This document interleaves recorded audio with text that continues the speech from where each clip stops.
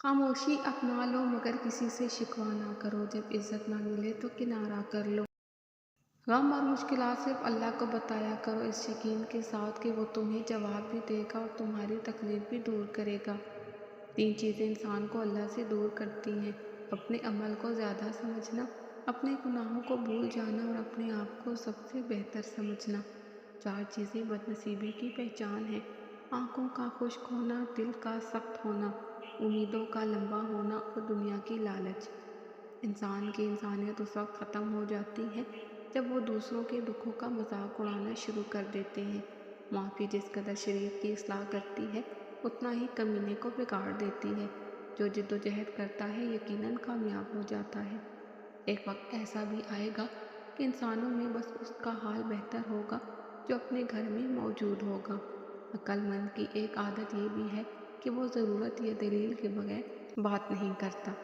زندگی میں 2 لوگوں کا بہت خیال رکھو: ایک وہ جس نے تمہاری جیت کے لیے بہت کچھ ہارا ہے، یعنی تمہارا باپ۔ ایک وہ جس نے تمہاری ہار کو بھی جیت کہا ہے، یعنی تمہاری ماں۔ جو سلام کرنے سے پہلے بات چیت شروع کر دے، اس کی بات کا جواب مت دیا کرو۔ موت مومن کے لیے ایک پل کی مانند ہے کہ جس کے گزرنے کے بعد مومن اس دنیا کے دکھ اور مصیبتوں سے نجات پا کر ہمیشہ رہنے والی دنیا یعنی جنت میں داخل ہوتا ہے۔ نیت کتنی بھی اچھی ہو مگر دنیا آپ کو آپ کے دکھاوے سے جانتی ہے، اور دکھاوا کتنا ہی اچھا ہو مگر اللہ آپ کو آپ کی نیت سے اجر دیتا ہے۔ جو لوگ مالدار ہو کر راہ خدا میں خرچ نہیں کرتے، ایسے لوگوں کو ہمیشہ اولاد کی کمی رہتی ہے۔ مرد کا زیادہ ہنسنا اس کے وقار کو برباد کر دیتا ہے۔ ادب یہ ہے کہ جب تم اپنے گھر سے باہر نکلو تو جس سے بھی ملاقات کرو اس کو اپنے سے بہتر جانو۔ اقتدار، طاقت اور دولت ملنے پر لوگ بدلتے نہیں بلکہ بے نقاب ہوتے ہیں۔ جو شخص معدے کی تکلیف سے بچنا چاہتا ہے، اسے چاہیے کھانے کے درمیان پانی نہ پیے۔ حسد کرنے والے کے لیے یہی سزا کافی ہے کہ جب تم خوش ہوتے ہو تو وہ اداس ہو جاتا ہے۔ دولت ہو تو پردیس میں بھی دیس ہے، اور غربت ہو تو دیس میں بھی پردیس ہے۔ غربت انسان کو اپنے ہی شہر میں اجنبی بنا دیتی ہے۔ کبھی بھی اپنی جسمانی طاقت اور اپنی دولت پر بھروسہ مت کرنا، کیونکہ بیماری اور غریبی آنے میں دیر نہیں لگتی۔ پانی ایک ہی گھونٹ میں مت پیا کرو، کیونکہ ایسا کرنا درد جگر کا باعث ہوتا ہے۔ پانی کو کم سے کم 3 گھونٹ میں آہستہ آہستہ پیا کرو۔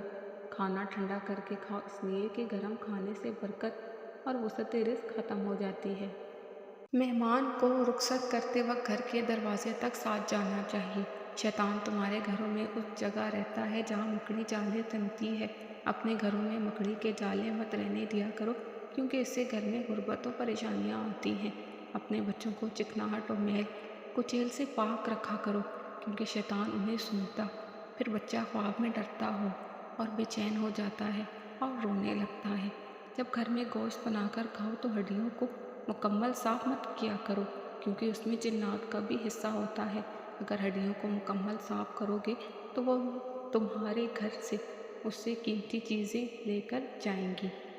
اپنے گھروں میں کبوتر رکھو، کیونکہ حضرت نوح نے کبوتر پسند کیا تھا اور اسے دعا بھی دی تھی کہ کسی اور پرندے پر اتنا پیار نہیں آتا جتنا کبوتر پر آتا ہے۔ اور رسول خدا محمد مصطفیٰ کے گھر میں ایک جوڑا سرخ رنگ کے کبوتروں کا تھا۔ جن لوگوں کے ہاں اولاد نہیں اور وہ صاحب اولاد ہونا چاہتے ہیں، ان لوگوں کو چاہیے اللہ سے استغفار کثرت سے کیا کریں اور دودھ میں شہد ملا کر پیا کریں۔ بعض لوگوں کے مرنے سے بہت سے لوگ مر جاتے ہیں، اور بعض لوگوں کو مرنے سے بہت سے لوگ جینے لگتے ہیں۔ یہ اپنے اپنے کردار کا نتیجہ ہے۔ لوگ پیار کے لیے ہوتے ہیں اور چیزیں استعمال کے لیے۔ بات تب بگڑتی ہے جب چیزوں سے پیار کیا جائے اور لوگوں کو استعمال کیا جائے۔ تربیت اور پالنے میں زمین آسمان کا فرق ہوتا ہے۔ آپ کا لہجہ، آپ کا رویہ، آپ کا اخلاق بتاتا ہے کہ آپ کی تربیت ہوئی ہے یا آپ کو صرف پالا گیا ہے۔ بات ہمیشہ تمیز سے اور اعتراض دلیل سے کیجیے، کیونکہ زبان تو حیوانوں کے منہ پہ بھی ہوتی ہے مگر وہ علم اور سلیقے سے محروم ہوتے ہیں۔ ہم لوگ نیک بننا نہیں، صرف نیک دکھنا اور نیک کہلانا چاہتے ہیں، اور یہ منافقت کا سب سے اعلیٰ درجہ ہے۔ سیکھتا وہی ہے جو اپنی غلطی کو مان لے، ورنہ زندگی حماقتوں میں گزر جاتی ہے۔ ذات دیکھ کر شادی کرنے والے خون کی بوتل کسی سے بھی لے لیتے ہیں۔